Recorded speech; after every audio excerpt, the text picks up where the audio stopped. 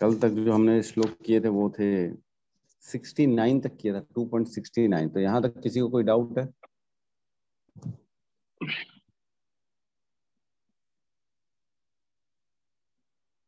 Sixty nine तक कोई doubt है? नहीं है, आगे बढ़े हम। 70, 71, 72 आज 3 श्लोकों का टारगेट है हमारा, तो दूसरा अध्याय हमारा पूरा कंप्लीट हो जाएगा। ठीक है,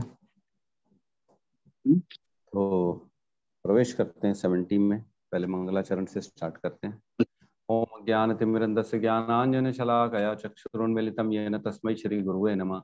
नमो विष्णुपादाय कृष्णपृष्ठाय भूतले श्रीमते भक्तिवेदांत स्वामीति नामिने। नमस्ते सरस्वती देवे गौरवाणी प्रचारिणे निर्विशेष शून्यवादी पाश्चात्य देशतारिणे। जय श्री कृष्ण चैतन्य प्रभु नित्यानंद श्री अद्वैत गदाधर श्रीवासादि गौर भक्तवृंद। हरे कृष्णा कृष्णा कृष्णा हरे हरे, हरे राम राम राम हरे हरे। हरे कृष्णा। तो दूसरा अध्याय पूरा कंप्लीट गीता का मैं बताया था आपको, सार है। ठीक है, गीता का सार है दूसरा अध्याय, और लगभग लगभग हमने सारी चीजों को कवर कर लिया है। और अब जो है फाइनल 2-3 श्लोक बचे, 70, 71, 72। तो प्रवेश करते हैं 70 नंबर श्लोक में। हमने कल तो हमने पढ़ा कि किस प्रकार जो है ना रात्रि होती है, जो आत्म संयमी आदमी के लिए जो होती है ना, वो रात्रि होती है जब इंद्रिय तृप्ति का विषय आता है। और जब इंद्रिय तृप्ति का विषय आता है तो भौतिक इंसान होता है वो, उसके लिए दिन हो जाता है वो। और जो आत्म चेतना विकसित करनी रहती है, भक्ति के मार्ग में बढ़ना रहता है, आत्म साक्षात करना रहता है, तब जो भक्त होता है उस समय जागता है। मतलब ब्रह्म मुहूर्त में जब आत्म साक्षात करने का टाइम रहता है तब जागता है। और जो भौतिकवादी होता है उस समय वो सोता है, क्योंकि उसको इन सब चीजों से लेना देना नहीं है। वो समझता है ये सब व्यर्थ का समय है, इन सब चीजों में समय देना बेकार है, उसके नजर में ये कोई काम की चीजें नहीं है, इसलिए वो उस समय सोता रहता है। ठीक है, तो 2.70 यहाँ पे कहते हैं, अपूर्यमाणम अचल प्रतिष्ठम समुद्रम अपो प्रवश्यन्ति यद्वत् तद्वैत कामायम प्रवश्यन्ति सर्वे स शांतिमाप्नोति न काम कामी।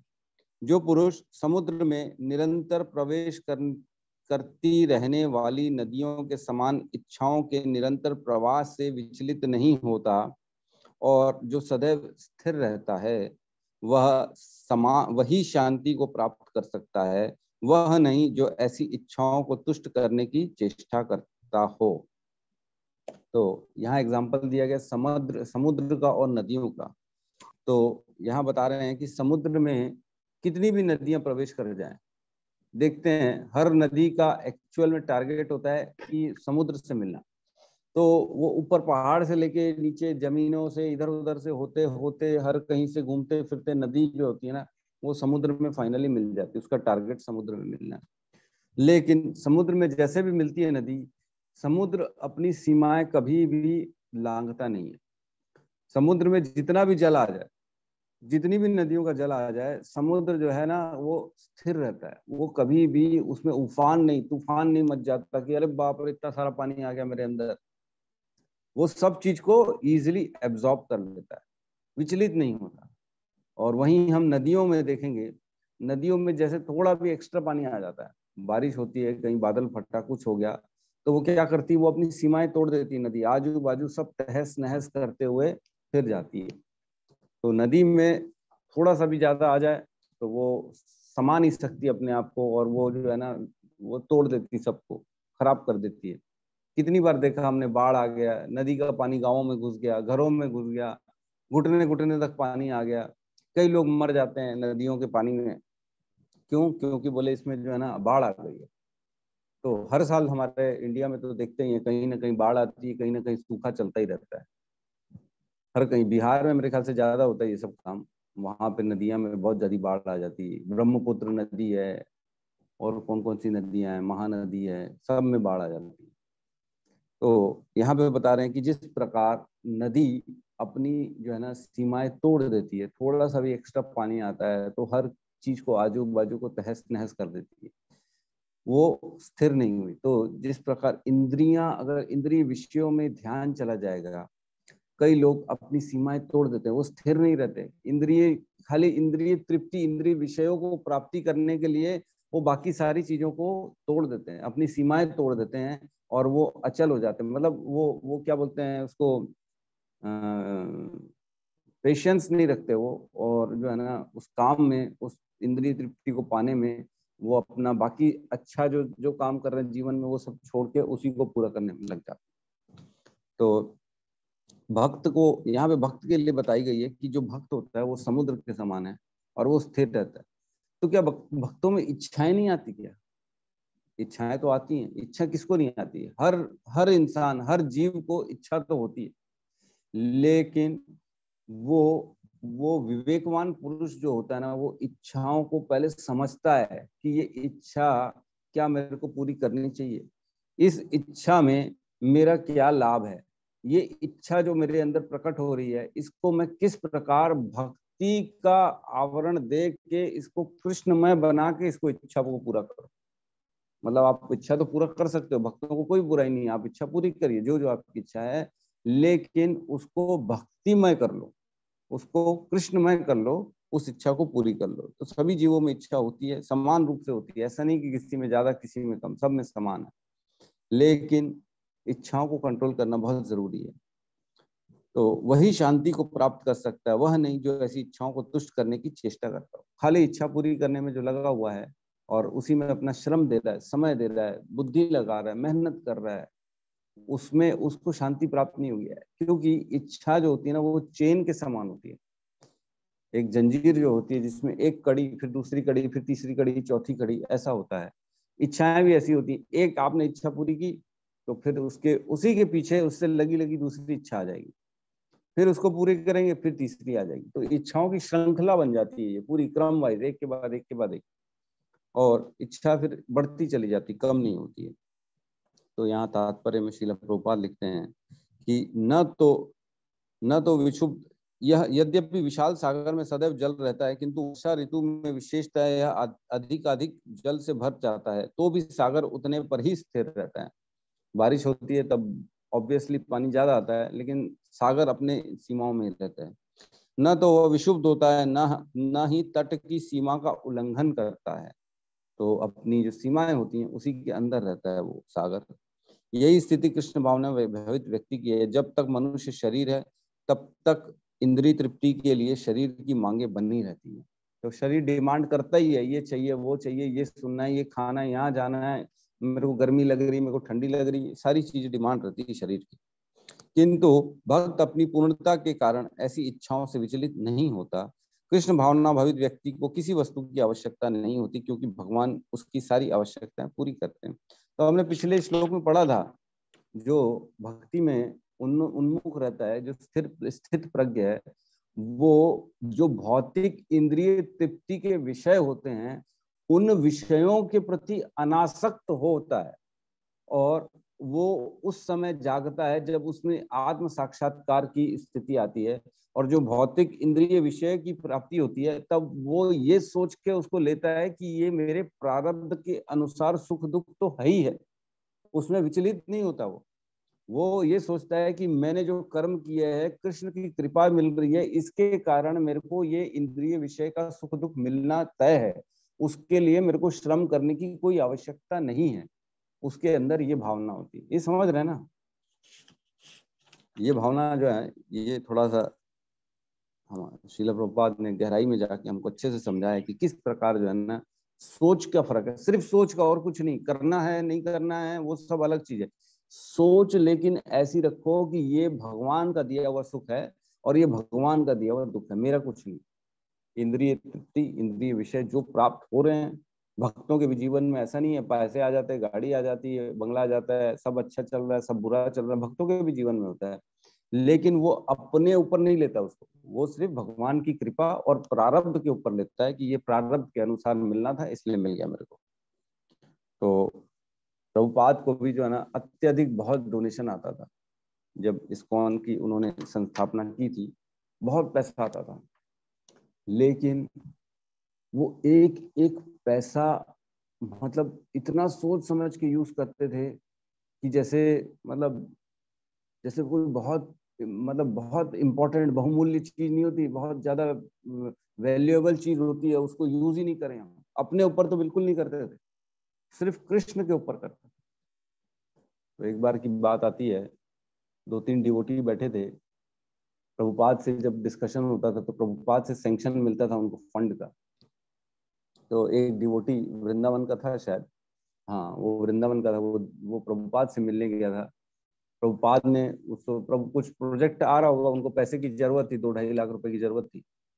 तो प्रभुपाद से उसने मांगा, भी प्रभुपाद जी, श्रील प्रभुपाद मेरे को पैसे चाहिए, ये हमारे को प्रोजेक्ट है, बिल्डिंग बनानी है, जो भी XYZ बनानी है उनको।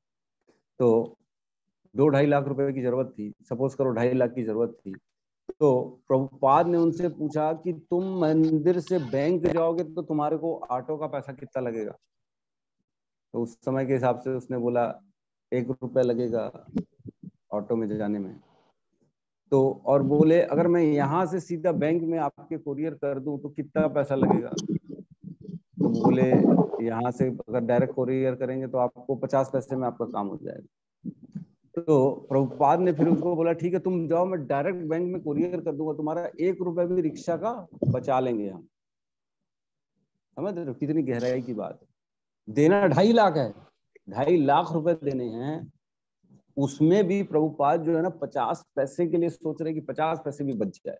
2.5 लाख का चेक दे दिया और 50 पैसे भी दे दिए, बोले जाओ इसको डायरेक्ट बैंक में कोरियर कर दो ताकि इनका 50 पैसे बच जाए। इस प्रकार जो है ना प्रभुपाद जी वो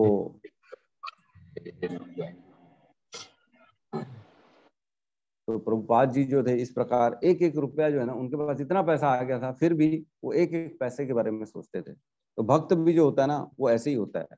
तो इसमें मुक्ति कामी और इसके बारे में बताया गया एक श्लोक जो है चैतन्य चरितामृत का मध्य लीला का 19.149 278।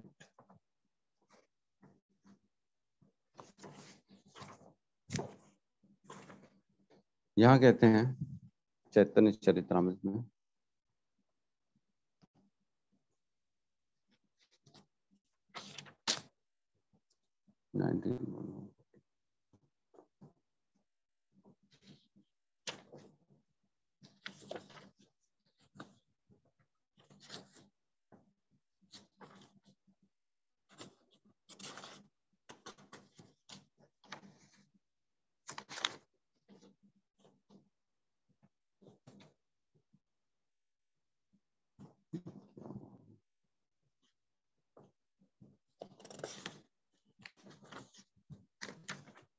हम्म 19.149 यहाँ पे बताते हैं कृष्ण भक्त निष्काम अतैव शांत भुक्ति मुक्ति सिद्धि कामी सकली अशांत।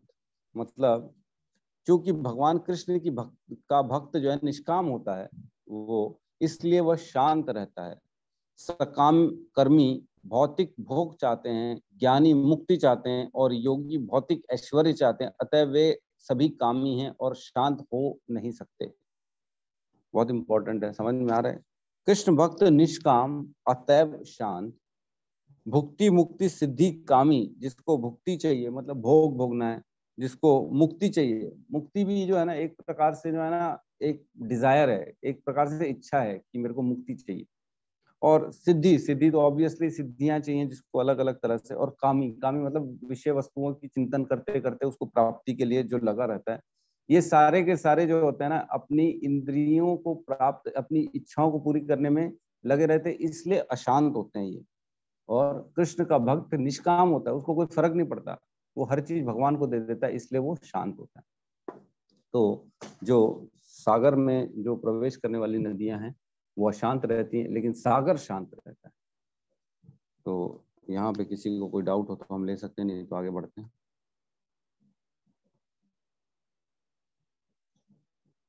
शांति का फॉर्मूला भगवान ने एक श्लोक में दिया है 5.29, है ना, हम पहले भी डिस्कस कर चुके हैं।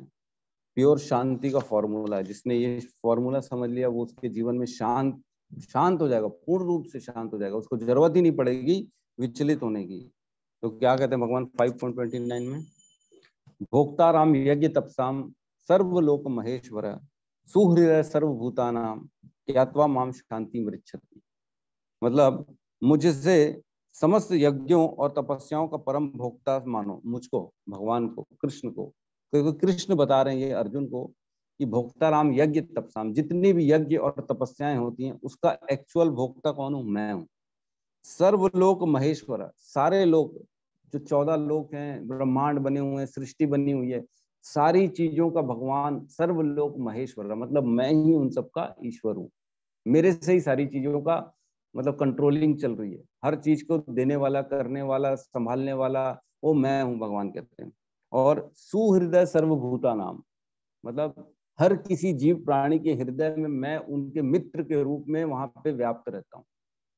तो परमात्मा के रूप में भगवान हर किसी के, हर जीव के अंदर रहते हैं, चाहे जानवर हो, चाहे कीड़े कीट पतंग हो, चाहे चिड़िया हो, चाहे क्यों ना पशु पक्षी हो, चाहे पेड़ पौधे हो, हर जगह भगवान व्याप्त है उनके आत्मा के साथ। और ज्ञात्वा माम शांति मिच्छति, मतलब जो ये जान जाता है, जो ये अमल करता है अपने जीवन में, उसको शांति हमेशा के लिए मिल जाती है, शाश्वत शांति प्रदान हो जाती है उसको, जो ये 3 चीज जानता है। कौन सी 3 चीज? एक तो भोक्ता राम यज्ञ तपसाम, हर चीजों का भगवान ही भोगता है, हम नहीं है।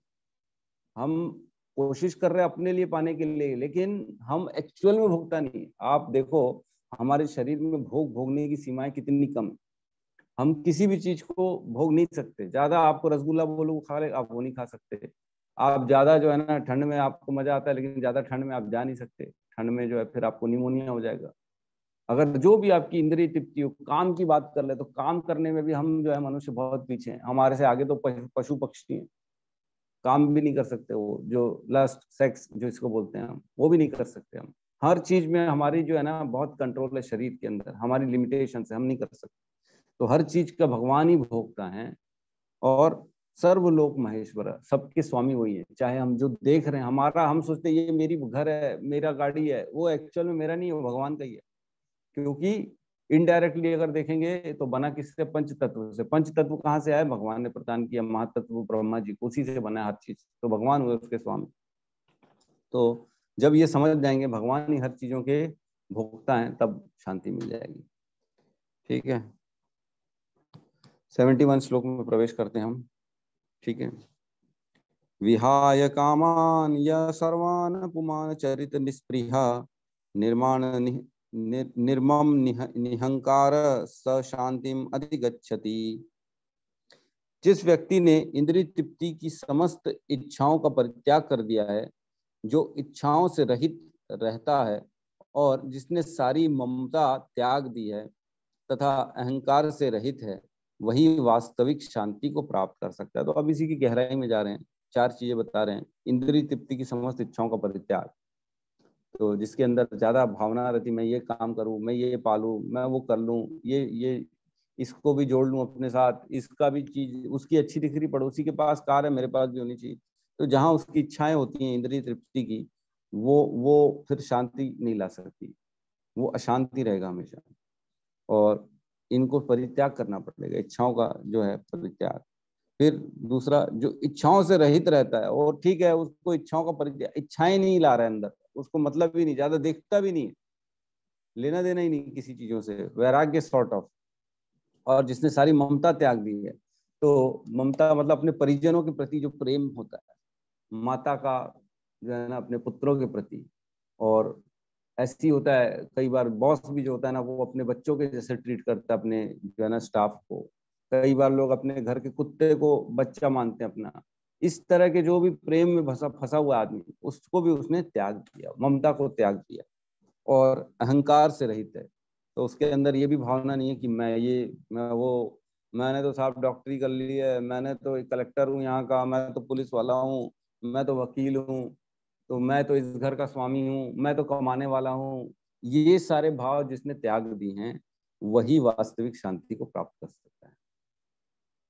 तो इसमें ना एक श्लोक आता है, ईशोपनिषद का श्लोक है, जिसमें भगवान कहते हैं, ईशोपनिषद श्लोक क्रमांक 1 जिसको बोलते हैं, ईशावाक्यम इदम सर्वम यत् किंचित जगत्याम जगत तेन त्वक्तेन भुजिंता माम गृह कस्य स्विद धनम। मतलब इस ब्रह्मांड के भीतर प्रत्येक जड़ अथवा चेतन वस्तु भगवान द्वारा नियंत्रित है। समझ रहे हैं? हर चीज जो ब्रह्मांड के भीतर है, चाहे वो चल है चाहे अचल है, चाहे उसमें जान है चाहे नहीं है, वो सारी चीज भगवान द्वारा नियंत्रित है, इस श्लोक में बता रहे हैं। और उन्हीं की संपत्ति है। समझ रहे हैं? हम बैठे हैं अपने घर में, हमारे बोलते हैं हमारे घर का नाम, तो मेरे घर जो है ना मेरे नाम पे रजिस्ट्री, और घर का मालिक मैं हूँ, बोले मेरी चीज है ये। तो यहाँ वो सीधा सीधा इस श्लोक के द्वारा वो कट जा रही कि आपकी नहीं है। अतः मनुष्य को चाहिए कि अपने लिए केवल उन्हीं वस्तुओं को स्वीकार करे जो उनके लिए आवश्यक हैं और जो उसके भाग के रूप में नियत कर दी गई हैं। तो जो स्वतः आपके जीवन में चीजें आ जाती हैं, वो आपके लिए नियत कर दी गई हैं भगवान के द्वारा कि ठीक है, ये फिलहाल आप जैसे जैसे ऑटोमेटिकली आ जाता है। भगवान ने ध्रुव महाराज को 36,000 साल का राज्य दिया था भोग भोगने के लिए, राजा बनो अब आप। 36,000 साल तक राज्य किया उन्होंने। तो ये कैसे मिला? भगवान के आशीर्वाद से मिला उनको। ऐसा नहीं किया उन्होंने जो सिकंदर के जैसे लड़ रहे हैं, पूरा सबको मारे जा रहे जबरदस्ती, बोले मैं पूरे पृथ्वी का राजा बनूं, लेकिन नहीं बन पाया, फाइनली मर गया। और उसको तब ज्ञान आया जब इंडिया में आया ना, तब उसको ज्ञान आया कि यार ये मैं करके आ रहा हूँ। क्योंकि इंडिया में बहुत साधु महात्मा लोग रहते हैं, उनको लेना देना ही नहीं किसी चीजों से। वैराग्य की भावना तभी आई जब उन्होंने साधुओं का दर्शन किया इंडिया में आके। बोले इंडिया को जीतना बहुत मुश्किल है, क्योंकि यहाँ का संस्कार, यहाँ का जो धर्म, यहाँ की जो है ना लोगों की विचारधारा एकदम अलग है। आज भी देखते हैं हम वेस्टर्न कंट्रीज और इंडियन में कितना बड़ा फर्क है। आज भी जो कल्चर है वहाँ का देखो, वहाँ ज्यादातर आपको जो है ना एथीस्ट मिलेंगे। एथीस्ट मतलब नास्तिक, भगवान को नहीं मानते, ज्यादातर मिलेंगे। और तो शास्त्रों में ये बताया गया एवं गुरुओं के द्वारा ये बताया गया है कि जो वेस्टर्न कंट्रीज में जितने लोग मर रहे हैं, उनको किसी को भी जो है ना मुक्ति नहीं मिलती। सारे के सारे जो है ना वो ले दे के भूत प्रेत की योनियों में घूम रहे हैं, क्योंकि उनके अंतिम संस्कार ही नहीं होते। उनके पास कोई उनका जो है ना श्राद्ध कार्य करने वाला नहीं है, कोई पिंड दान करने वाला नहीं है उनके यहाँ। तो कैसे मिलेगी मुक्ति? बोले मुक्ति मिलती नहीं है, वो बेचारे भूत बन के घूम रहे हैं। अगर देखा जाए तो मृत्यु के बाद सिर्फ भारत वर्ष में ये सब होता है। जो आदमी जाता है, गया जी धाम जाते हैं, बद्रीनाथ धाम जाते हैं, पिंड देते हैं, श्राद्ध कार्य करते हैं, तब जाके जो मित्र जो मृत हो गया पितृगण हमारे, उनका उद्धार होता है। नहीं तो बेचारे बैठे हुए पितृलोक में करोड़ों करोड़ों साल से कि भाई कोई तो आएगा मेरी योनि में, मेरी जनरेशन में, मेरे कुल में जो हमारा उद्धार करेगा। कोई तो एक बनेगा भक्त, तो सारा कुल तर जाएगा। तो इस प्रकार जो है ना बहुत इंपॉर्टेंट है भक्ति में आना और धर्म का पालन करना। तो यहाँ इन सब चीजों का परित्याग करना आवश्यक है। ठीक है, नेक्स्ट श्लोक में प्रवेश करें कि यहाँ पे किसी को कोई जो है डाउट है?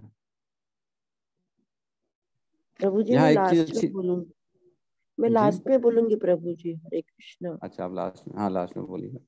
तो यहाँ एक बहुत अच्छी चीज बता रहे हैं प्रभुपाद जी अपने तात्पर्य में, बीच में वास्तविक इच्छा शून्य कृष्ण तुष्टि के लिए इच्छा है।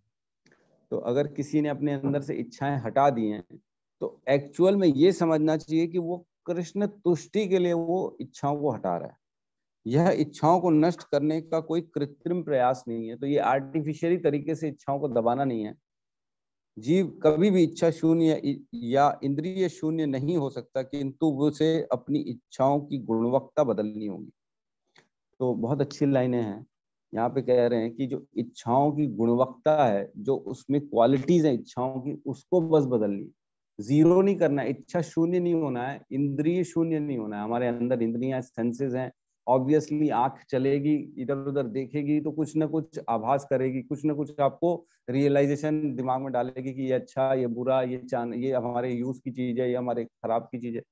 तो आंख चलेगी, नाक कहीं पे भी जाएगा, सूंघेगा ही सूंघेगा। आप नाक बंद नहीं कर सकते हो, कान को बंद नहीं कर सकते हो, कहीं ना कुछ ध्वनि आएगी आएगी, आपके अंदर जाएगी ही जाएगी।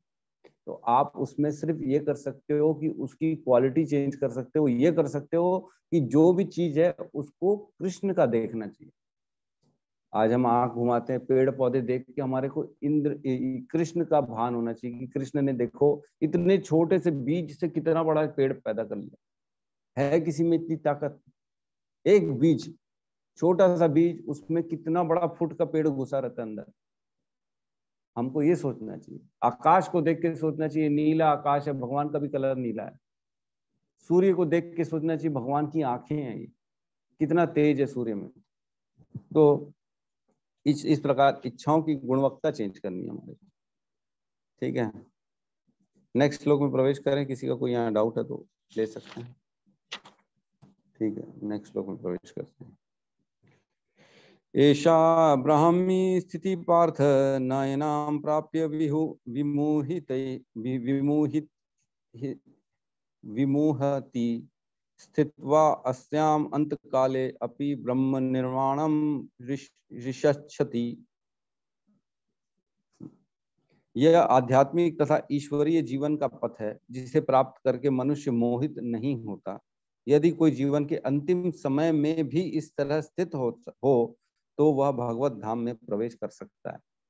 तो बहुत इंपॉर्टेंट लाइन है। अब यहाँ पे कंक्लूजन दे रहे हैं कि जो स्थित प्रज्ञ है उसकी क्या स्थिति है, उसकी क्या गति होती है, वो क्या कहाँ पहुंचता है अंतकाल में भी।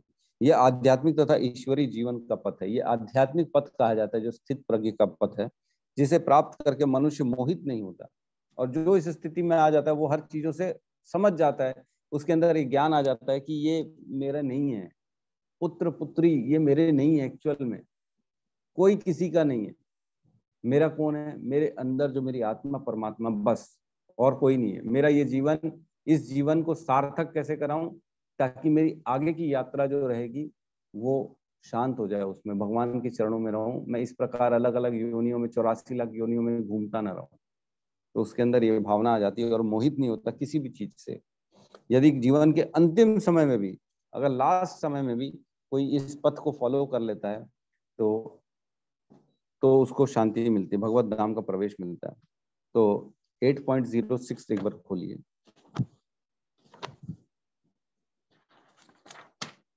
Eight 306 page number. यहाँ कहते हैं भगवान यम यम वापी स्मरण भावम तजंत कलेवरम तम तम एवेति कौंतु सदा तद्भाव भावितः। मतलब हे कुंती पुत्र, शरीर त्यागते समय मनुष्य जिस जिस भाव का स्मरण करता है वह उस भाव को निश्चित रूप से प्राप्त होता है। तो बहुत इंपॉर्टेंट लाइन है यहाँ। भगवान कह रहे हैं कि जो अंत काल में, मतलब मृत्यु का समय जब आता है ना, तो शास्त्रों के अनुसार अंत काल के समय, मृत्यु के समय हम जो भी विचार करते हैं, हमारे अंदर जो भी भाव आता है वो भाव हमारी नेक्स्ट योनि बन जाती है। मतलब किसी को अपने जो है ना सॉरी, किसी को अपने पत्नी का ख्याल आ रहा है अंत काल में, मृत्यु के समय, हाय मेरी पत्नी का क्या होगा, तो नेक्स्ट योनि उसको एक स्त्री की योनि मिलेगी।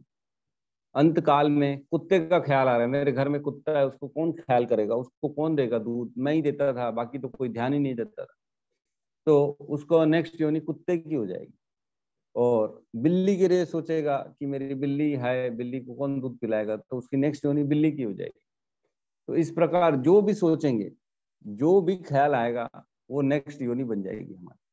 इसलिए कहते हैं जो पूरा जीवन होता है ना वो एक तैयारी है। तैयारी किसकी है? वो तैयारी है हमारे जीवन के फाइनल एग्जाम की, जो कि मृत्यु है। जो फाइनल एग्जाम होता है हमारा मृत्यु, उसकी तैयारी करनी है पूरे जीवन पर। क्या तैयारी करनी है? जीवन के अंत में एक्चुअल में क्या स्मरण आएगा ना, ये बड़ा बड़ा टिपिकल सा सवाल है कि भाई बोले अच्छा इतना इजी है, अंत काल में हमको भगवान का याद करना है तो भगवान के धाम मिल जाएगा।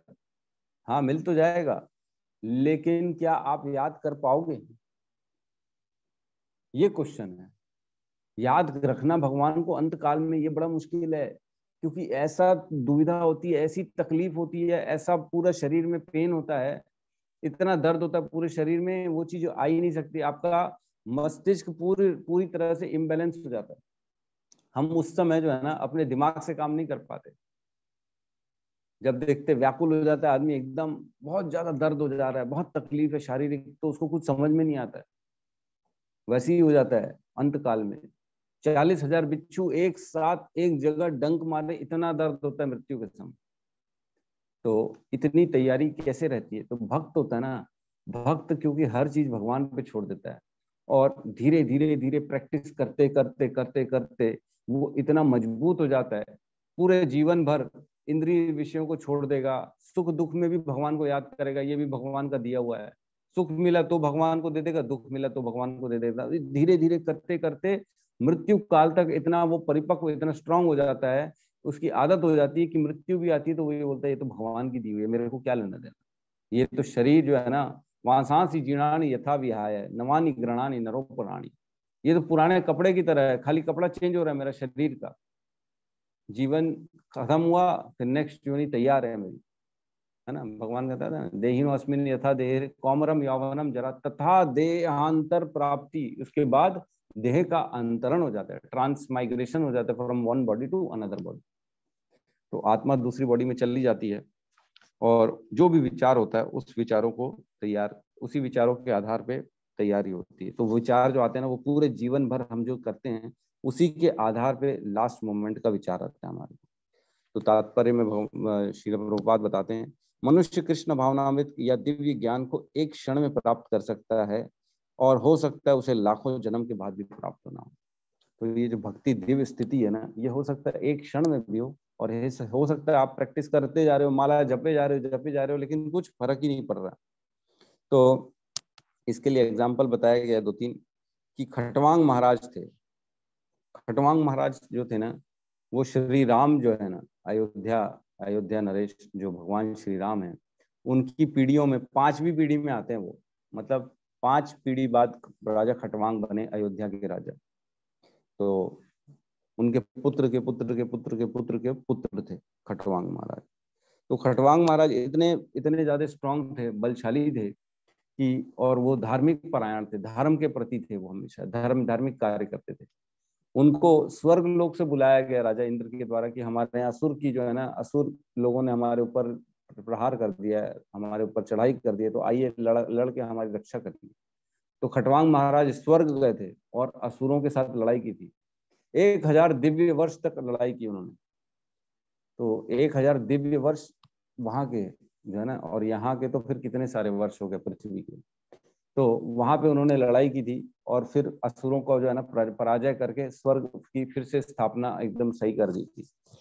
तो जब इंद्र उनको जो है ना फिर फाइनली पूछा कि आपकी मैं क्या कर सकता हूँ सेवा, आपको क्या चाहिए, आप कोई वरदान मांग लो मेरे से।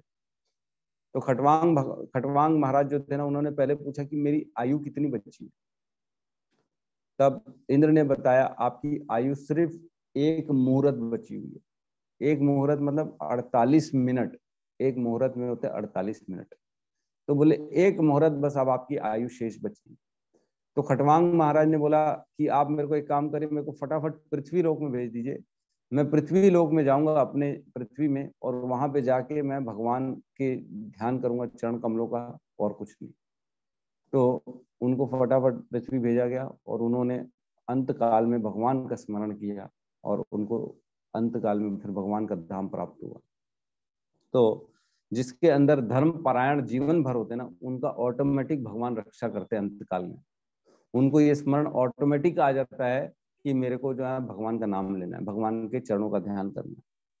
बाकी जो होते हैं जो भौतिक कार्य में लगे रहते हैं, उनका ऑटोमेटिकली मृत्यु के समय उनको अपनी भौतिक चीजों का ही ख्याल आएगा। अपना घर, मेरा घर घर घर सोचेगा तो घर में बन जाएगा एक कीड़ा छोटा सा घर के अंदर, जो घर की दीवारों पे घूमता रहेगा, छिपकली बन जाएगा।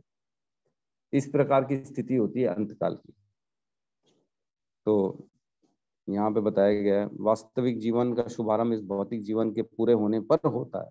तो वास्तविक जीवन जो है ना, इस जीवन के बाद चालू होगा। ये जीवन तो छोटा सा 50 साल 100 साल चलेगा, इसके बाद एक्चुअल में वास्तविक आपका जीवन चालू होता है। मतलब हमारा पूरा जीवन काल अनंत लाखों करोड़ों साल से हम हैं इस पृथ्वी पे या इस ब्रह्मांड में, अलग अलग योनियों में अलग अलग जीवन जीते जीते जीते जीते जीते आ रहे हैं। कभी कुछ बने फिर मर गए, फिर कुछ बने मर गए, कुत्ता बने मर गए, बिल्ली बने मर गए, घोड़ा बने मर गए, चींटी बने मर गए, हाथी बने मर गए। ये बहुत सब हो चुका है हमारे साथ। मनुष्य बने हैं, अब भगवान ज्ञान दे रहे हैं कि आप समझो, नहीं तो फिर से उसी में चले जाओगे आप। तो हमको समझना पड़ेगा कि हम इस जन्म मृत्यु के चक्र से कैसे निकलें। तो हम अंत काल में भगवान का नाम स्मरण करके इस जीवन को सार्थक बना के हमारी आगे की गति को अच्छी कर सकते हैं। यहाँ पे लिखा, इस जीवन के का अंत होने के पूर्व यदि कोई कृष्ण भावना भवित हो जाए तो उसे तुरंत ब्रह्म निर्वाण अवस्था प्राप्त हो जाती है। भगवत धाम तथा भगवत भक्ति के बीच कोई अंतर नहीं है।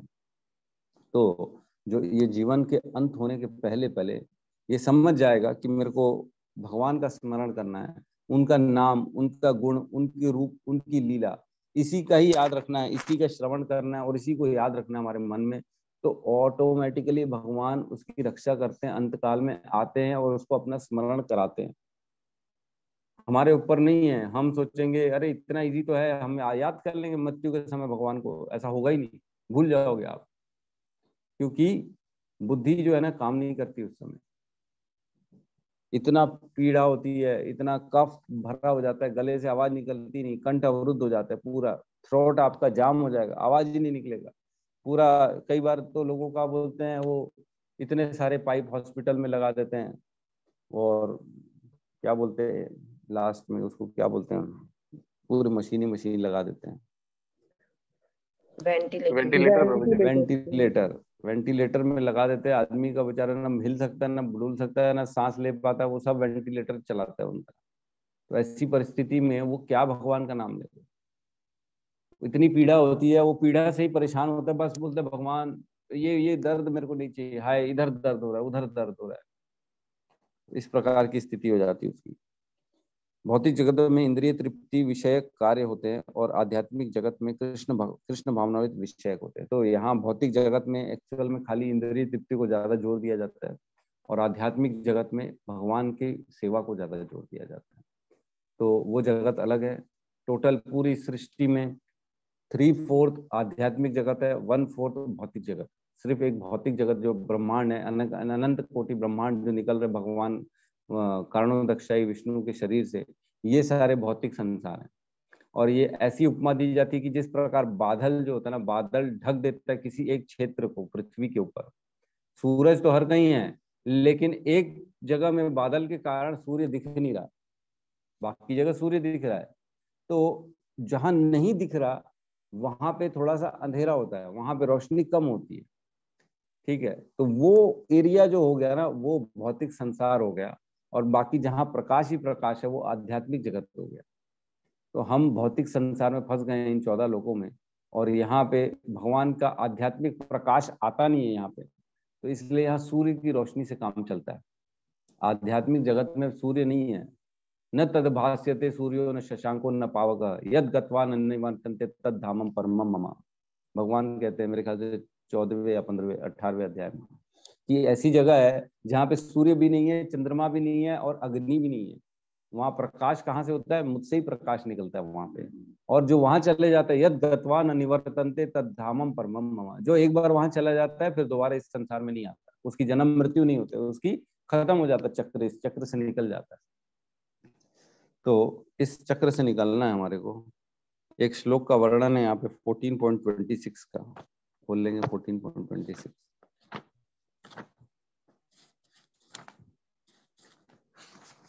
Page number 506। यहाँ कहते हैं भगवान, जो समस्त परिस्थितियों में अविचलित भाव से पूर्ण भक्ति में प्रवृत्त होता है वह तुरंत ही प्रकृति के गुणों को लांघ जाता है, इस प्रकार ब्रह्म के स्तर तक पहुंच जाता है।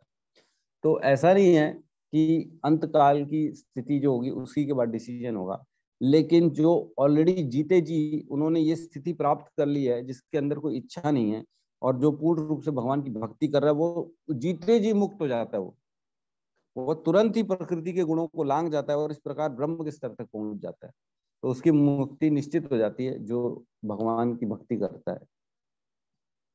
तो इस प्रकार जो है ना, यहाँ हमारा दूसरे अध्याय का पूरा हमने कंप्लीट कर लिया। किसी को कोई डाउट है तो हम ले सकते हैं।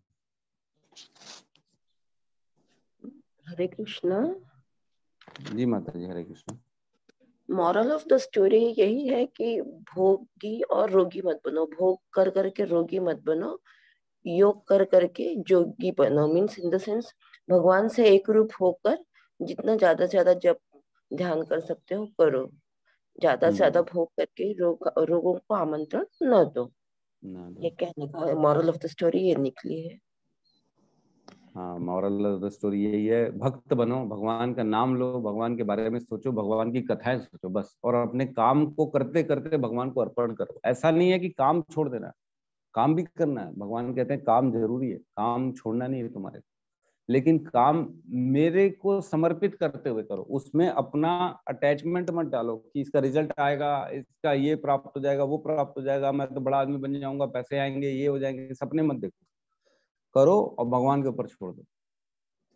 तो रूपाली माता जी हमारे बीच में, और मैं बता दूं कि उन्होंने कल परसों प्रभु जी 121। प्रभु जी प्रभु जी प्लीज, मैंने किसी से शेयर नहीं किया एक्सेप्ट यू एंड पूनम।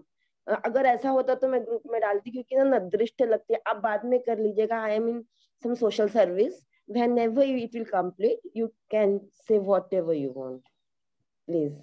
माता जी प्रेरणा मिलती है दूसरों को। अच्छा ठीक है, आपको जैसा उचित लगे। तो माता जी जो है ना, इन्होंने 121 माला का जप किया था परसों नरसों, पता नहीं कौन से दिन। तो हरी माता बोल जी हरी पूर्ण रूप बोल। से, हरि हरी बोल। बोल माता जी के लिए। तो माता जी अब पूर्ण रूप से भगवान को समर्पित हैं और भगवान की मतलब सेवा में लगी रहती हैं। क्लासेस भी पूरी अटेंड करती हैं, और माता जी मेरे ख्याल से पढ़ती भी है सारे बुक्स भगवान की। तो मतलब जिसको समझ में आ जाता है ना कि एक्चुअल में जीवन में इसके अलावा बाकी सारी चीजें जो है ना वो कोई काम की नहीं। यही एक ऐसी चीज है जो मेरे साथ मृत्यु के बाद भी जाएगी।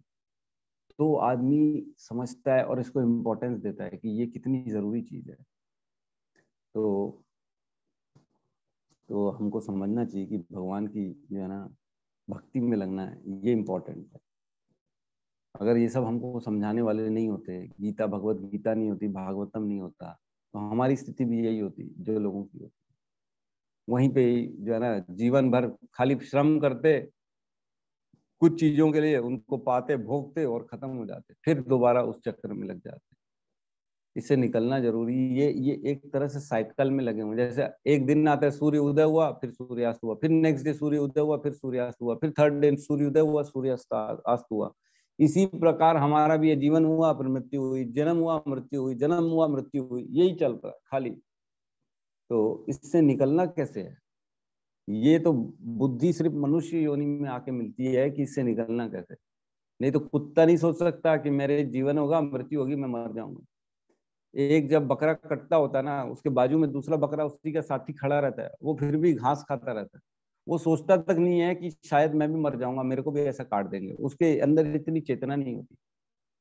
तो हमारे अंदर वो चेतना है, हमको ये ज्ञान मिल सकता है, हम समझ सकते हैं कि आगे क्या होने वाला है, कैसे होगा, किस चीजों से क्या करूं तो ये इसको जो है काट सकता हूँ, मैं इससे निकल सकता हूँ।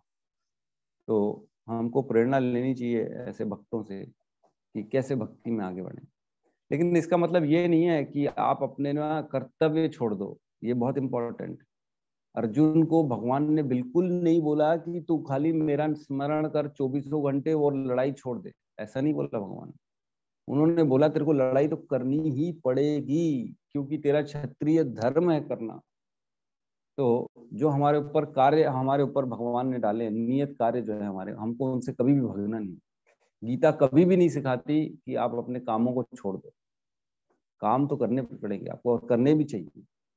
करोगे तो भगवान की भक्ति कहलाएगी, लेकिन करोगे इस रूप से करोगे कि मैं ये भगवान ने मेरे ऊपर कर्तव्य डाला है, इसके रिजल्ट से मेरे को कोई लेना देना नहीं है। जो मेरी ड्यूटी है मैं वो करूंगा, और साथ ही साथ भगवान को स्मरण करते करते करूंगा, भगवान को याद करते करते करूंगा, तब वो भक्ति कहलाएगी। और अगर उसको भोगने की इच्छा से करेंगे तो वो भुक्ति हो जाएगी कि मैंने अपने लिए कार्य किया। तो खाली भाव का अंतर है यहाँ। भाव हमारे को ऐसे शुद्ध रखने हैं कि भगवान को समर्पित करते हुए सारे कार्य करने। तो बहुत बहुत धन्यवाद माता जी का। और किसी का कोई डाउट हो, कोई अपनी रियलाइजेशन शेयर करना चाह रहा हो तो बिल्कुल स्वागत है।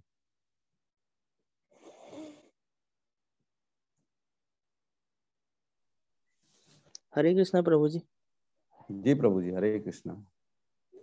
प्रभु जी जैसे कि पूछ रहा था, मनुष्य जैसे जैसे 84 लाख योनियां होती हैं, तो कोई ऐसा होगा जो मतलब वो मतलब जैसे क्या बोलना चाहिए, जैसे जो भी बना हो, जैसे जीव जंतु बना हो, तो उसका भी कर्म उनका भी कोई कर्म फल होता है क्या, कि उन्होंने नहीं भी नहीं जीव नहीं नहीं, किया हो या उसका जितनी पाप। भी बाकी योनियां होती है ना, वो सिर्फ भोग योनियां होती हैं। आपको सारी उसमें सिर्फ भोग भोगना है। जो हम काम किए, एक एक जन्म मिला मनुष्य का, इसमें इतने गंदे काम कर लिए कि लगे पड़े हुए हैं। अब एक बार कुत्ता भी बनना पड़ेगा, एक बार बिल्ली भी बनना पड़ेगा, एक बार चींटी भी बनना पड़ेगा, 10 बार मुर्गे बनने पड़ेंगे। सपोज करो आपने 500 मुर्गे खा लिए जीवन में, ठीक है, तो अब आपको 500 बार अगले मुर्गा बनना पड़ेगा। 500 बार आपका निर्धारित हो गया कि अब आपको भी कटना पड़ेगा। तो आपको फिर ये जितने आपने कर्म किए हैं, आपने किसी चींटियों को मार दिया पैर के नीचे, आपकी सपोज करो 10,000 चींटियां मर गई आपके जीवन में। हरे कृष्णा प्रभु जी। मुनि और ऋषि में क्या अंतर है? हाँ ठीक है, 2 मिनट में डिस्कशन करते हैं। तो 10,000 चींटियों को आपने मार दिया, तो अब 10,000 बार आपको चींटी बनना पड़ेगा। आपने जो भी किया जीवन में, जितने भी गलत काम किए, वो आपको अब बनना पड़ेगा। तो पता नहीं कितनी योनियां निकल जाएंगी एक एक दिन में, पता नहीं हम कितने सारे जो है ना गलत काम करते हैं, सब भोगना पड़ेगा।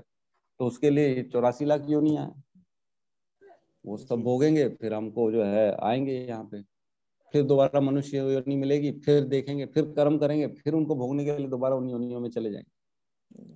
तो जितने गंदे काम, पाप काम होते हैं ना, उन सब का रिजल्ट नीचे की योनियां है, उनको भोगना पड़ेगा, फिर मनुष्य योनि मिलेगी आपको। तो एकदम क्लियर कट है इसमें, कर्म का जो है ना सिद्धांत एकदम क्लियर है। इसमें कोई मतलब ऐसा नहीं है कि कोई जोड़ घटा हो गया किसी को। हम अपने में होता है कि सर से पहचान है तो एक्स्ट्रा मार्क्स मिल गया हमारे को, हम तो पास हो जाएंगे। तो कर्म के सिद्धांत में ऐसा नहीं है कि कोई बात नहीं, एक सिद्धांत है बस, भक्ति करोगे तो सब कर्म कट जाएंगे, भगवान का नाम लोगे तो कर्म कट जाएंगे बस। बाकी कोई देवी देवता, किसी भी अनुष्ठान, किसी भी उपवास यज्ञ करने से कोई कर्म नहीं कटेगा, वो भोगना ही पड़ेगा। एकदम क्लियर कट है। जी जी। तो एक और प्रभु जी का सवाल है, मुनि और ऋषि में क्या अंतर है? तो मुनि जो होते हैं ना, जो मन का ज्यादा, मन में चिंतन ज्यादा करते हैं, जिनका मन जो है ना सदैव सब चीजों से विरक्ति पा लेता है, और भगवान में मन जिनका लगा रहता है, वो होता है मुनि। और ऋषि जो होते हैं, वो ऋषि भी एक्चुअल में एक ऋषि नहीं होता, 3 4 ब्रह्म ऋषि होता है, राज ऋषि होता है, और जो है ना और भी 2 3 ऋषि होते हैं। ये लोग ऋषि जो होते हैं ना, अपने अपने जो अपने अपने कार्य में भगवान के ज्ञान को डाल के वो उन्नति पाते हैं, उनको बोलते हैं ऋषि। जैसे राज ऋषि है, तो जैसे अम्बरीश महाराज थे, वो राज्य ऋषि थे, वो राजा भी थे और ऋषि भी थे। ऋषि क्यों थे? क्योंकि पूर्ण रूप से धर्म परायण थे। ब्रह्म ऋषि जो होता है ना, जो ब्रह्म का साक्षात्कार कर लिया, जिसने ब्रह्म जानाति थी ब्राह्मण, जो ब्रह्म को जान जाता है वो ब्रह्म होता है, और उस धर्म का प्रचार करते हुए उसी को फॉलो करता है, उसको ब्रह्म ऋषि बोला जाता है। तो इस प्रकार जो मुनि होता है, वो मन का ज्यादा चिंतन, भगवान में पूर्ण रूप से विरक्ति पा लेता है, उसको कोई लेना देना नहीं चीजों से। वो लगेगा तो एकांत में रहेगा, उसको किसी से कोई लेना देना नहीं। लेकिन ऋषि जो है, वो अपने कर्तव्यों को पूरा करते करते और धर्म परायण होते हुए, प्रचार करते हुए वो अपना जीवन जीते हैं। ठीक है, और किसी का कोई प्रश्न है तो ठीक है, नहीं तो क्लास को अपन। मेरा कंक्लूजन और भी यही था कि आपने जैसे बताया ना, इंसान यहाँ कुछ दिनों के लिए, चंद मोहलतों के लिए आता है, बट वो अपने आप को एकाधिकार करना चाहता है। तो उसके लिए सभी को मालूम है, वो लाइन पर यहाँ पर याद आ रही है, दाता एक राम भिखारी सारी दुनिया, we all are the unpaid tenant of God, we don't pay our services and we are just using everything. Thank you. हरे एकदम सही कहा माता जी, दाता एक राम, बाकी सारी जो है भिखारी दुनिया। तो अगर आप ना थोड़ी गहराई से सोचोगे ना, तो वाकई में हर चीज भगवान की हमारी नहीं है। हर चीज पंच तत्व से मिली, पंच तत्व से मिला शरीरा, पंच तत्व में मिला शरीरा, मतलब मिली भी जो शरीर है भगवान के द्वारा पंच तत्व से मिली है, और जब इसमें हमारा पूरा आयु निकल जाएगी तो फिर से ये पंच तत्व में मिल जाएगी। तो आपका था क्या? कुछ था? आपने रोटी खाई, रोटी से आपका शरीर बना। आपने हवा जो वातावरण में उसको लिया, उससे आपका शरीर तुष्ट हुआ, और आपने पानी पिया, उससे आपको एनर्जी मिली। तो आपका तो कुछ नहीं था। अन्न भी कहाँ खा रहा? खेतों में उगा अन्न, उसको आपने ग्रहण किया। जल जो है वो बाहर वातावरण में भगवान के द्वारा रखा हुआ है, उसी को आपने ग्रहण किया। तो आपके पास तो आपका कुछ नहीं था। जो जो था वो सिर्फ इस प्रकृति से लिया और इस शरीर में हमने डाल दिया, उसको एनर्जी, बोन्स, मांस, हड्डी बना के हमने अपने शरीर में डाल दिया, और बाद में मृत्यु के बाद वापस से ये सारी चीजें वही मिल गई जहां से आई थी। तो हमारा तो कुछ था नहीं। तो जिस दिन हम ये समझेंगे कि एक्चुअल में हमारा कुछ नहीं है, उस दिन ये इंद्रिय तृप्ति का विषय हमारे अंदर से हट जाएगा। मेरे को कुछ क्या करना है, मेरे को भोग भोग के मिलेगा क्या? इस शरीर को मिलेगा ना, और ये शरीर किसका है? ये शरीर तो वापस यहीं चला जाएगा, मेरा क्या है? तो बोलते ना, वो चले गए, वो चले गए, वो चल बसे। तो कौन चल बसे? शरीर तो वहीं रहता है। मतलब शरीर के अलावा कोई था जो रहता था शरीर में, वो चला गया। शरीर तो है, लेकिन शरीर, अब शरीर काम का नहीं है मृत्यु के बाद। तो शरीर में कोई और था जो ये शरीर को छोड़ के चला गया। तभी बोलते ना, वो चले गए, वो चल बसे, वो स्वर्गवासी हो गए। अरे कौन?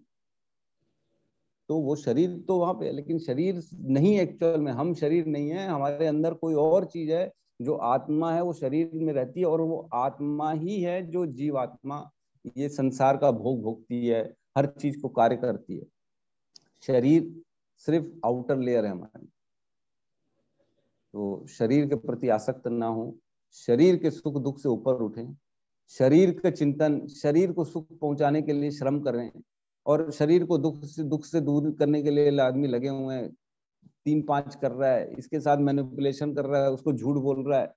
ये सब चीजों से बचना चाहिए हमारे को, बहुत बचना चाहिए। नहीं तो बहुत गंदे, हमारी जो है ना गति बड़ी गंदी हो जाएगी। एक एक कर्म का हिसाब होता है, छूटता नहीं एक भी कर्म। ठीक है। इवन थॉट प्रोसेस आल्सो प्रभु जी। थॉट प्रोसेस मतलब भाव का खेल है। भाव हमारा शुद्ध होना चाहिए, भाव भी नहीं होना चाहिए गंदे कहीं पे। तो भाव शुद्ध हो जाएंगे जैसे जैसे नाम जप करेंगे भगवान का। ऑलरेडी भगवान की कृपा मिलती है और शुद्धता आती जाती है। ठीक है। कोई कुछ कहना चाहता है? हमारे रोहित प्रभु कुछ कहना चाहेंगे? अभी अभी द्वारकाधीश से होके आए हैं।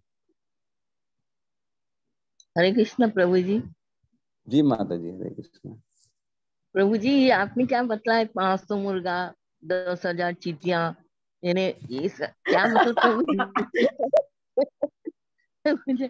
तो यानी ये जो खाया है ऐसा मतलब है प्रभु जी? क्या मतलब? हाँ हाँ, यही मतलब है। अच्छा, यानी फिर से जीवन को शुद्ध करने के लिए सब नहीं समझा प्रभु जी वो मेरे को थोड़ा। जैसे किसी एक आदमी ने जीवन में 500 मुर्गे खाए, सपोज करो, एक एग्जांपल की तरह बात चल रहा है। तो मरने के बाद उसको 500 बार मुर्गे की जीवन मिलेगा। 500 बार मुर्गा बनना पड़ेगा। एक बार मुर्गा बना फिर कट जाएगा, फिर दूसरी बार बना फिर कट जाएगा, फिर तीसरी बार बना कट जाएगा। ऐसा 500 बार करना पड़ेगा, क्योंकि 500 बार उसने मुर्गे काटे खाए। अच्छा, तो ये है कर्म की गति। अच्छा, ठीक है, धन्यवाद प्रभु जी। जी माता जी। प्रभु जी इसमें थोड़ा सा और बचा हुआ था प्रभु जी। प्रभु जी, जैसे कोई मान सपोज कोई पहली बार जन्म लिया है तो उसका तो कोई प्रारब्ध रहा ही नहीं होगा ना प्रभु जी? ये पूछ रहा। पहली बार जन्म लिया है? हाँ, प्रभु जी, इसका आंसर मैं 1 सेकंड में देना चाहती हूँ। जब फर्स्ट टाइम कुक करते हैं, खाना बनता है ताजा ताजा गरम गरम, तो ताजा ताजा महका महका रहता है। थोड़े देर बाद वो स्टेल हो जाता है, आखिरी में फिर वो रॉटन हो जाता है। दैट्स लाइक आवर आत्मा also and our duties also. Karma, what you say. Rohit प्रभु जी, आप भी कुछ बताइए अपनी तरफ से। नहीं, जैसे सोनाली माता ने बताई ना, जैसे पहली बार जो जन्म लेता है ना प्रभु जी, उसके बाद फिर उनका जो जन्म लेने के बाद में जो कर्म करते जाता है उसका फल बाद में भुगतना पड़ता है उसको। जी, मतलब प्रारब्ध का फिर इस पे कोई वो नहीं रहेगा? नहीं, इससे प्रारब्ध नहीं रहता। प्रारब्ध जैसे आप कोई जन्म लिया पहली बार, उसके बाद फिर उसके जो कर्म है कर्म के आधार पे फिर जो है आखिरी मतलब बाद में जो है उसको कर्म के आधार पे फल भुगतना पड़ता होगा। इसमें जो भी कर्म तो करेगा ही ना, जन्म लेगा वो कर्म तो करेगा ही करेगा, कुछ ना कुछ कर्म करेगा। हाँ हाँ जी जी प्रभु जी वही पूछ रहा था। तो पहली बार जन्म कौन लेता है? जैसे ऐसा तो है नहीं मेरे ख्याल से। एक्चुअल में क्या हुआ, हम अपनी इच्छाओं के कारण तो जन्म लिए ना। हम इच्छा की हमने भगवान से अलग होने की, भोगने की, इसलिए हम इस संसार में आए। तो इच्छा की तो अब भोग भोग रहे हैं, भोग भोगते भोगते अलग अनेक प्रकार के कर्म करते हैं। फिर धीरे धीरे धीरे धीरे धीरे धीरे नीचे की गतियां मिलती जाती। जैसे शुद्ध पानी होता है, एकदम शुद्ध पानी, बारिश का पानी जैसे नीचे आके धरती में मिलता है ना, तो कीचड़ के साथ मिलता है तो कीचड़ बन जाता है, वो शुद्ध तो रहा नहीं। उसी प्रकार जैसे जो शुद्ध आत्मा इस संसार में आई, तो इस संसार के संपर्क में आके उसके अंदर तीनों गुण जो है ना, उसकी पॉल्यूशन मिल गई उसके अंदर, और फिर उसने वैसा आचरण करना चालू कर दिया। तो ये ज्ञान आएगा तब हम अपने आप को प्यूरिफाई कर पाएंगे और इधर से अलग हो पाएंगे, नहीं तो हमारी फिर यही गति रह जाएगी, सारे कर्म ऐसे ही होते चले जाएंगे। ठीक है प्रभु जी? जी प्रभु जी धन्यवाद। ठीक है, तो सोनिका माता जी का भी हैंड रेज हो गया है। जी माता जी। हरे कृष्णा प्रभु जी, धन्यवाद प्रणाम प्रभु जी। माता जैसे जी। एक प्रश्न था कि जब पहली बार जब भी हम कभी धरती पे आए होंगे, जब ये संसार बना होगा है ना, तो तब ये पेड़ पौधे पक्षी सब बने है ना, तो वो पेड़ पौधे और पक्षी किस कैसे बन गए, मतलब जैसे उनका भी कोई कर्म कैसे, अगर वो पहली बार ही जब संसार बना था तो ये सारी चीजें बनी होंगी ना? हाँ, बनी तो होंगी, लेकिन देखो अब ये है कि क्वेश्चन अब ये नहीं है कि क्या हुआ होगा, क्वेश्चन अब ये है कि आज की परिस्थिति में अब क्या करना है। देखो, more analysis give you more paralysis. जितना आप, ठीक है, आपका क्वेश्चन जायज है कि एक न एक बार तो जीरो से स्टार्ट हुआ होगा कहीं ना कहीं से, लेकिन अब हम उस जीरो तक पहुंचने से बेटर है कि आगे क्या करें, आगे बढ़ना कैसे, हमारे को आज की डेट में सोल्यूशन क्या है।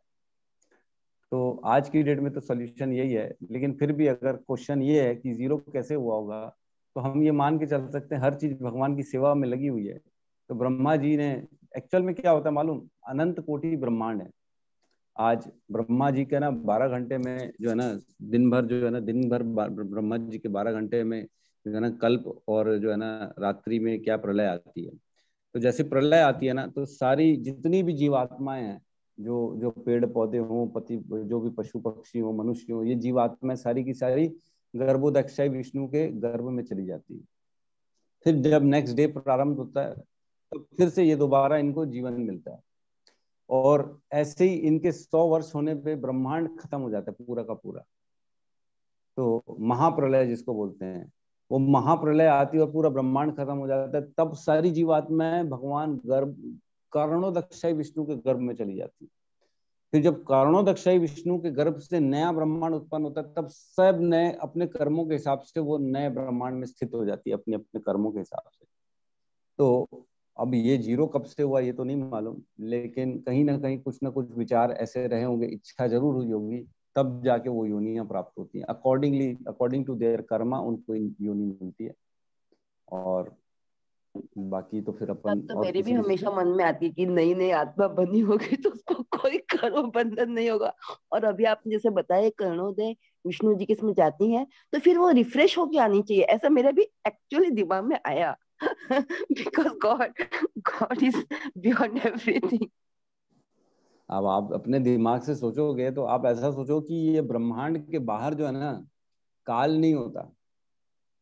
आप समझो, जो आध्यात्मिक जगत है वहां काल है नहीं, तो आप जीरो कैसे निकालोगे? समय तो इधर ही है, खाली भौतिक संसार में समय होता है। यहाँ जन्म मृत्यु जड़ा व्याधि, यहाँ बुढ़ापा होता है, यहाँ समय निकलता है। पीछे समय में नहीं जा सकते हो, आगे समय में नहीं जा सकते हो आप।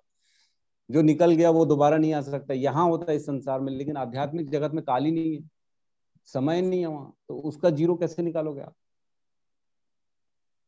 तो कुछ चीजें हमारी चिंतन से बाहर है, हम समझ नहीं सकते। तो इसलिए ये कहाँ से स्टार्ट हुआ, कैसे जीरो से स्टार्ट हुआ, कब जाके एंड होगा, ये प्रश्न नहीं है एक्चुअल में। ये हमारे चिंतन के बाहर, हम सोच नहीं सकते, हमारे दिमाग ही नहीं है इतना। हम इस जगत में रह के इस जगत के जो हमारे एक्सपीरियंसेस होते हैं उसी के आधार पे हमारी सोच बनती है। हम समय को बचपन से देखते आ रहे हैं, इसलिए हम समय के अनुसार ही काम करना जानते हैं, समय के आधार को लेके चलते हैं। लेकिन जब महतत्व दिया ब्रह्मांड बनाने के लिए ब्रह्मा जी को, महतत्व से जो है ना, प्रधान से महतत्व बनाया ब्रह्मा जी ने, महतत्व से प्रकृति बनी। तो जब महतत्व बना तब उसमें काल प्रवेश किया और जीवात्माएं प्रवेश की, उसके बाद प्रकृति बनी। तो काल प्रवेश करने के बाद प्रकृति का जो है ना ढांचा तैयार हुआ। इसके पीछे प्रकृति काल नहीं था, मतलब आध्यात्मिक जगत में काल नहीं होता, तो उसका जीरो और एंड वाली कोई बात ही नहीं है। पता नहीं कैसा रहता होगा वहां पे। ठीक है, तो हमारा चिंतन का विषय नहीं है एक्चुअल में ये। और जितना ये सब चीजों में जाएंगे तो ठीक है, सोचना ठीक है, सोचिए, लेकिन सोल्यूशन मिलेगा नहीं इन सब चीजों का। प्रभु जी, बोलिए प्रभु जी। तो 71 में जैसे बता रहे थे, बौद्ध दर्शन के अनुसार इस भौतिक जीवन के पूरा होने पर केवल शून्य शेष रहता है, किंतु भगवत गीता की शिक्षा इससे भिन्न है। ये क्या कहना चाह रहे थे? बौद्ध धर्म जो है ना, बौद्ध में ये बताया गया है कि बस ये मृत्यु के बाद सब कुछ खत्म है, शून्य हो जाता है। तो सबके धर्म में अकॉर्डिंगली अपने अपने हिसाब से कुछ चीजें बताई गई हैं। कुछ में बताते हैं कि हमको इस ब्रह्म तेज में मिल जाना है, एक तेज रोशनी रहती है और उसमें हम जाके मिल जाएंगे। किसी धर्म किसी जो है ना पथ में बताया जाता है कि प्रथा बताई जाती है कि नहीं, हमारे मृत्यु के बाद ये होता है वो। तो सब में अलग अलग बताया जाता है, लेकिन भगवत गीता के अनुसार ऐसा कुछ भी नहीं है।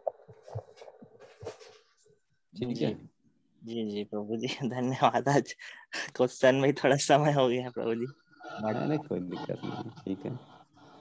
संशय क्लियर करते रहना चाहिए। संशय आत्मा विनश्यति। अगर संशय नहीं क्लियर करेंगे तो धीरे धीरे विनाश होता चला जाएगा। आदमी क्लियर नहीं करेगा तो भक्ति में आगे बढ़ेगा नहीं। ठीक है, तो सबका बहुत बहुत धन्यवाद। और एक बार हरे कृष्ण महामंत्र का जाप कर लेते हैं। और कल जो है, कल और परसों 2 दिन हम अध्याय 2 का रिवीजन करेंगे। और कुछ जो हमारे सीनियर भक्त हैं जो रेगुलर अटेंड करते हैं, उनकी ड्यूटी रहेगी कल परसों 2 दिन क्लास लेने की। तो आप लोग सब तैयार ये रखिए। मैं सबको लाइन बाय लाइन श्लोक नंबर बता दूंगा, आपको बताना पड़ेगा उसके बारे में। ठीक है, तो 2 दिन के रिवीजन रहेगा, आप सब तैयारी रख लीजिएगा। I M infant baby. किसी को भी कोई भी श्लोक मिल जाएगा। I just bought. ओके, ठीक है। तो हरे कृष्ण महामंत्र का जाप कर लेते हैं। हरे कृष्णा हरे कृष्णा हरे कृष्णा कृष्णा कृष्णा हरे राम राम राम राम हरे हरे। वीडियो कॉल करे सभी भक्त वृंद की जय। सद्गुरु शील प्रभुपाद की जय। निताई गौर प्रेमानंदे। हरि हरि बोल। हरि हरि बोल। हरि हरि बोल।